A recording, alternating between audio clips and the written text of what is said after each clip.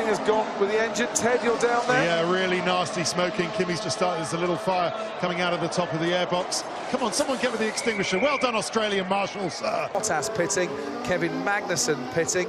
The leading drivers had already pitted, of course. Here comes Alonso. Oh. Yeah. So it was not a car failure. Oh, that all looks a bit familiar to me, to be honest. Doesn't it just? And then it dug in twice into the gravel.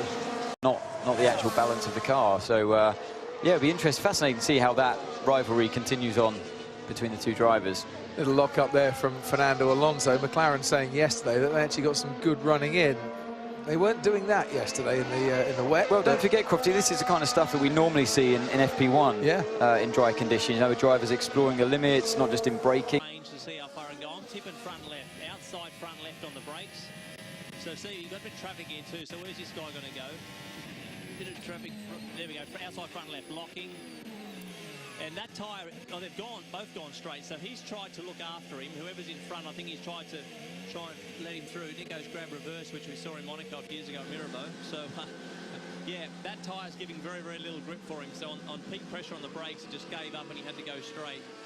First time as well, Sebastian Vettel, first car onto the track. Kimi Raikkonen following him. And already a bit of a collision. Rio Haryanto and Esteban Gutierrez have come together, and that... And a bit too eager, probably, from Haryanto's side. Well, let's just see. Here's Grosjean coming out.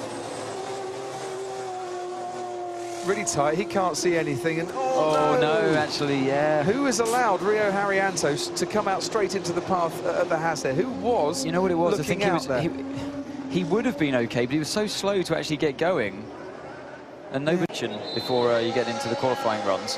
Here we go. Yep, same mistake again. He's consistent. Just a little bit too wide.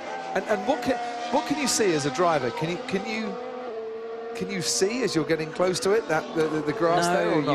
you have to rely on like a sixth sense basically to where to put the car before.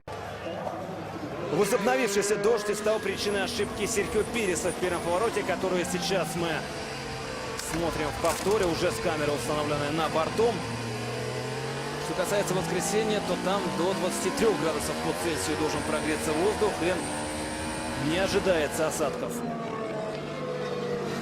И также у Эстебана Гутьерреса была похожая ошибка. Но намного более серьезная. Гутьеррес, который тоже, наверное, через Хаас надеется попасть в Феррари, но здесь скорее обратная ситуация. Он за счет того, что в прошлом году занял место резервного гонщика Феррари.